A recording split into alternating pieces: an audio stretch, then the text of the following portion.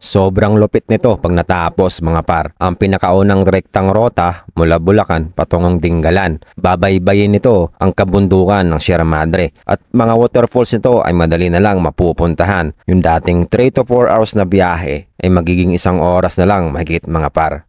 Tara game, nature trip tayo. From Bulacan ay magta-travel tayo ng 4 hours mahigit papuntang Ibuna, Dingalan. Dahil wala akong kasama mga par, samahan nyo na lang ako. Kayo yung nasa likod ko. Quick ride lang itong gagawin natin mga par para may pakita ko sa inyo ang status or update sa DRT to Dingalan Road. Pagdating ko ng San Ildefonso, Bulacan mga par, merong hindi magandang nangyari. May aksidente ako nasaksihan. Ayaw ko sana isama sa vlog to pero for awareness nating lahat, dapat nyo ring malaman. Nag-overtake sa kanan yung couple riders. Nasa likod nila ako kaya kitang kita ko ang mga pangyayari. Din sa hindi naasahan, nalubak na simplang sila. Nahagip yung babae ng trailer. Di ko alam kung buhay pa yon. Pero di na ako huminto mga par kasi ayaw ko talaga makakita ng ganon. Tapos pagkakaalam ko, group ride sila pero walang humabol sa nakahagip na trailer. Hindi ko sinasabing kasalanan ng driver ng trailer mga par. Ang point ko is need maimbestigahan. So ang ginawa ko, inunahan ko yung trailer, dinaghanap ako ng pulis na naka-standby sa lugar. Then nireport ko at hinabol nila at minara nila yung trailer. Then bumalik sa pinangyarihan para ma-verify ang aksidente. Pagdating namin sa pinangyarihan, nadala na sa ospital yung couple riders. As per sa mga kasama, deads na raw yung babae. Ikaw ba naman magulungan ng trailer? Then after that, saka na ako nagpaalam sa pulis na umalis na. Kaya mga par, paalala ko sa inyo, ang unang gagawin bago mag-rides ay magdasal. Huwag basta-basta mag-overtake kung di kabisado ang daan. At huwag nyong gagawin ang mag-overtake sa kanan. Isa pa, magpakabit ng mini driving light or extra na ilaw para makita natin yung dadaanan natin. Magpatuloy na ulit tayo sa biyahe natin mga par. Medyo malayo pa tayo sa Dingalan. Medyo nakakawala sa mood yung ganung pangyayari. Kaya nung nakita ko tong spot na to, huminto muna ako para ma-refresh at para may pakita ko rin sa inyo. Sobrang solid din ang spot na to mga par. Kahit papaano bumalik yung energy ko. Talagang mapapawaw ka rin talaga dito. Ang ganda naman talaga ng umaga kung ito yung bubungad sa'yo. Napakasimple lang ng lugar. Talagang mapapakanta ka ng country roads kung dito ka dadaan. Naging spot na ulit yung biyahe natin mga par. Pagdating naman ng La Ornoy Ecija, napahinto ulit ako. Ang ganda kasi ng ambience ng palayan nila. Madali lang kasi ako maka-appreciate ng lugar. Basta pag pinusuan ng mata ko, tsak kukuhanan ko talaga ng aerial view. After ko kumuha ng ilang shots mga par, abante na ulit tayo. Pagdating ko ng welcome to Gabaldon Nueva Ecija, di na ako huminto. Marami na rin kasi akong dating kuha dito. Tapos ang dami na rin mga riders na naka-standby sa lugar. Kaya dumiretso na ako. Nag-stop over ulit ako sa I Love Dingalan para sana mag-picture. Kaso ang daming tao kaya kumuha na lang ako ng mga video clips. Medyo malakas ang hangin. Nakakakaba. Pero mas malakas ang loob natin mga par. From I Love Dingalan, diretso na tayo ng Ibuna, Dingalan. Pero bago tayo makarating ng Ibuna, madadaanan natin ng I Love Butas na Bato. Solid spot din dito mga par. Ang ganda din ng view dito. Sa totoo lang mga par, first time ko magawi dito. Tapos ang kasunod na madadaanan natin, ang Matawi Beach naman. Medyo malakas ang alon at malakas din ang hangin this time. Kaya mag-iingat sa pagsiswimming mga par. Pagdating natin ng Ibuna mga par, ito yung kanto kung saan tayo liliko papuntang Sitio Abungan. Dito din yung daan papuntang Abungan Falls at Lactas Falls. Di kalayuan sa kanto na to mga par, mararating na natin ang bungan sa ginagawang kalsada. Medyo madulas at maputik dito mga par, kaya mag-iingat kayo pag pupunta kayo. Makikita natin na talagang nilalaparan nila ang daan. Mahaba na rin ang naging progreso mga par, halos 3 kilometro na rin ang nagagawa nila. At kahit linggo, meron pa rin gumagawa at patuloy pa rin ang trabaho nila. Dito makikita natin paakyat na sa bundok yung ginagawang daan. At para ma-reach yung design elevation ng kalsada mga par, need i-cut o tapyasan ng bundok para hindi masyadong matarik sa motorista na dadaan. Ang kaibahan dito sa ruta na to mga par, wala gaanong malaking truck na dadaan at makakasabay dito. In short mga par, walang traffic dito. Halos solo mo yung daan dito kaya lalong mapapabilis ang biyahe. Mula dito sa ginagawang daan ay matatanaw ang Abungan Falls. First time ko pumunta dito sa Ibuna mga par, kaya di ko alam na may falls pala dito.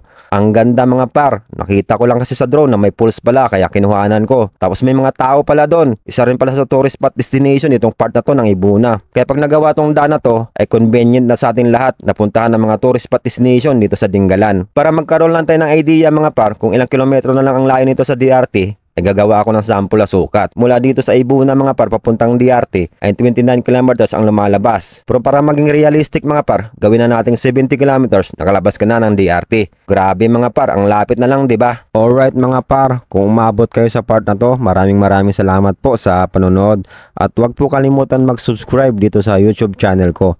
Itong proyektong ito mga par ay kabilang sa Build Project Program ni Duterte.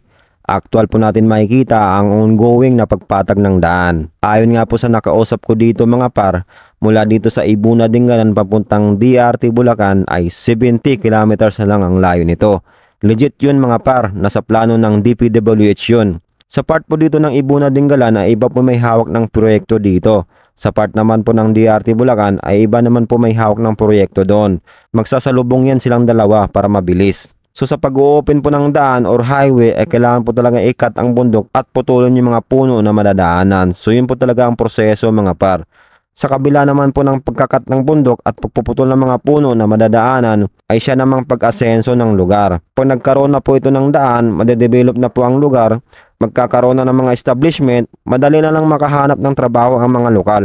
Isa pa, lalong magbubos ang turismo di lang dito sa Ibuna kundi sa buong Dingalan mga par. At kahit sa DRT, lalong magbubos ang turismo nila dahil dadagdag sa bisita nila ang mga taga-Dingalan. Makikita po natin dito na paakyatan ng bundok ang ginagawang clearing operation sa area na to. Sa pagpatag ng daan, ang kalaban nila dito ay ang panahon. Pag umulan, malambot ang lupa, medyo mahirap i-manover ang mga equipment nila dito, magkakaroon ng dili sa trabaho. Sa mga nagtatanong po kung pasabol na ba daanan ng mga enduro sa mga mahilig mag-trail, ang sagot po ay hindi pa po pwede daanan. Again po, ongoing pa lang po ang clearing operation nila dito sa part ng Ibuna Dingalan. At sa part din po ng DRT, ganun din po, ongoing pa lang din po ang clearing operation nila doon.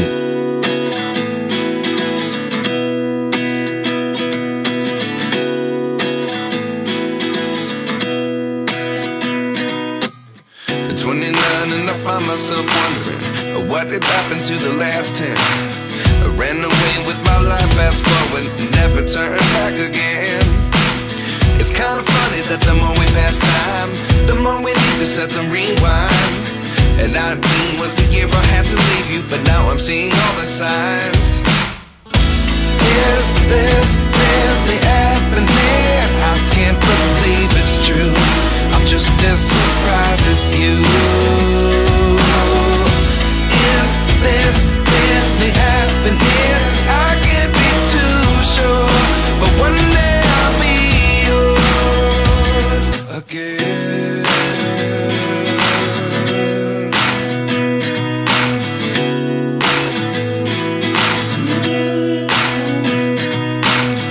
Life lessons come one in a dozen. The other 11 give something from nothing.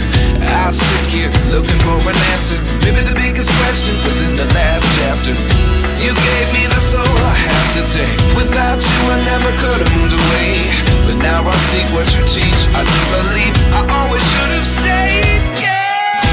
Is this really happening? I can't believe it's true. I'm just as surprised as you. Is this really happening? I can't be too sure, but one day I'll be yours again. One day I'll be yours.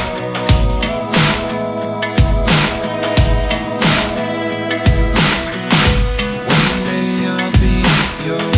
One day I'll be